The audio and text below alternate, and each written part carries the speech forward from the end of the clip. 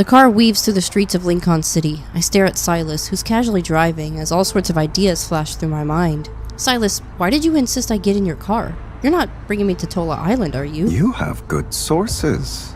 The people at the Hunters Association were talking about it. After all, Onakainus' leader is an important person of interest. Sylus glances at me. Aren't I classified as top secret in your association's files? You must have put in a lot of work to access those. Guilty. I can't help but look down. I just happened to be nearby when I heard about it. Really? Then I guess I just happened to be passing by and felt like being your driver for the day. Okay, fine. I pulled a few strings. What about you? Did you find me because you need me to act as your partner again? So you're okay with being my co-star? Sorry, sweetie. But I'm afraid there's only one invitation to this birthday party. I refuse to believe someone like you couldn't get another invite. Sylus' lip curls into a smile. You want to tag along that badly, huh? I turn my head away, not wanting him to read my mind. Of course not. You always pester me and turn my life upside down. I'd rather be far away from you.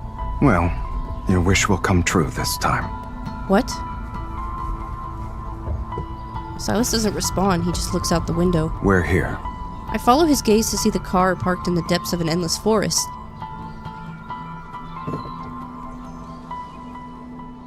Sylus takes me to a villa. Its exterior is elegant and tranquil, but my eyes widen the minute he opens the door.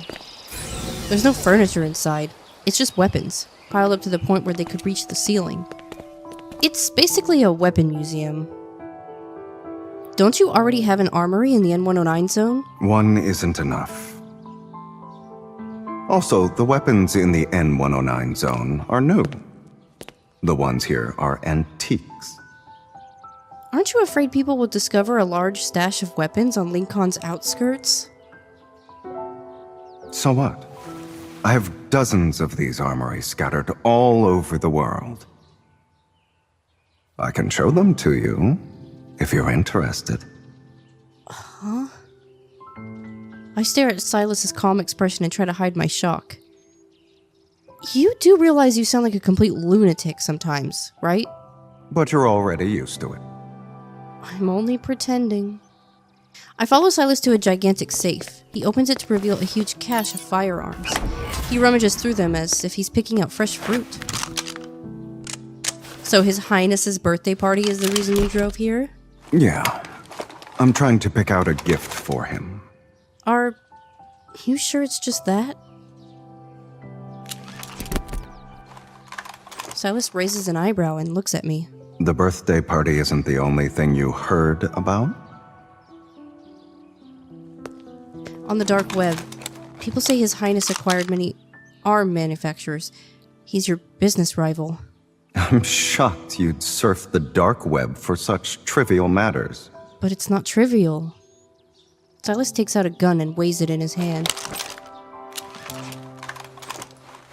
Why wouldn't I know something that's already on the dark web? Then how come you still plan to attend? The shipping route near Tula Island is very important to me. Sylus heads deeper into the villa, bends down and takes out an empty magazine and a box of bullets from the wooden crate. Anxious, I walk towards him. You should at least bring a couple of people with you, just in case. Sylus turns around and regards me with a faint smile. But then no one would pester you anymore, right?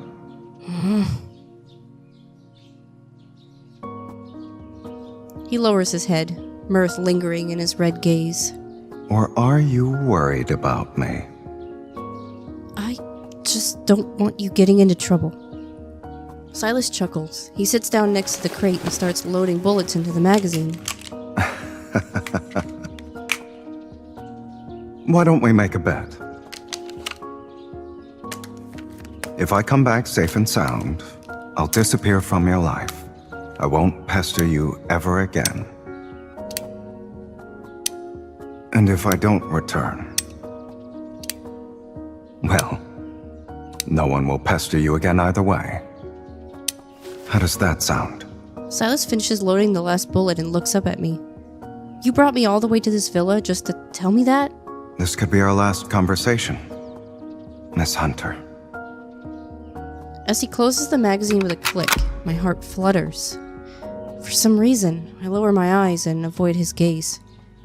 If you have to attend, at least bring a stronger weapon. Sylus chuckles softly and then suddenly approaches me. Something brushes against my waist. When I look at him again, he's carefully examining my gun. Not bad. Sylus loads my gun's magazine. I'll be using this to give him an unforgettable present.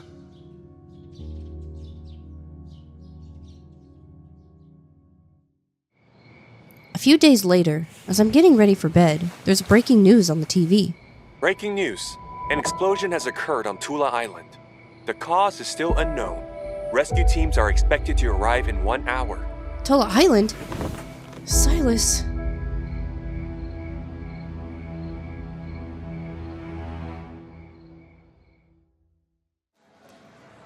After that broadcast, I try to contact Sylus through various means, but to no avail. What's wrong?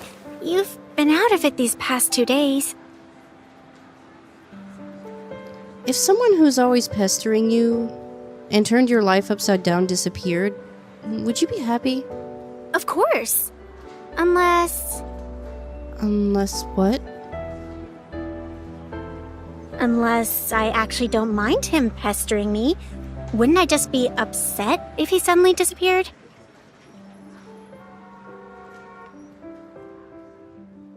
Tara's words kept swirling in my mind.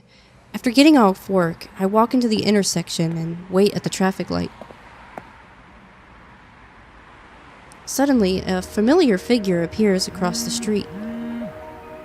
I pick up my phone and hear that familiar calm voice. You won. Sylus. My light turns green, and before I realize it, I'm already moving. I walk faster and faster through the crowd, finally breaking into a sprint to reach him.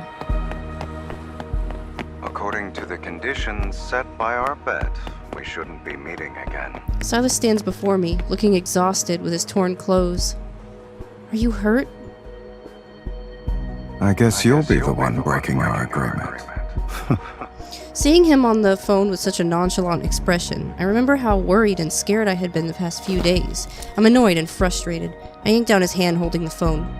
You have the audacity to use the phone when you're right in front of me, but you couldn't even call me back or text me these past few days? He remains expressionless as he observes my outburst. I'm someone who honors a bet. I said I'd disappear completely, so I have to tie up loose ends. That bet was a joke. I never agreed to it. Sylus's gaze suddenly becomes more serious. A joke. I'll take your word for it. You're not allowed to make those kinds of bets again in the future.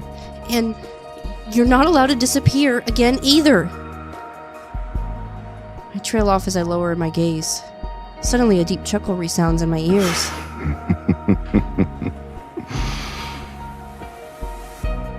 You're the first person who dared to tell me what I can and can't do. Sylus takes out a gun from his coat pocket. Your gun was very helpful. So, as a return gift, I accept your terms. Sylus straps the gun to my waist. His right hand then glides up my back, and he pulls me into his embrace. You're the one who ran into me this time. I don't think it counts as me pestering you, right?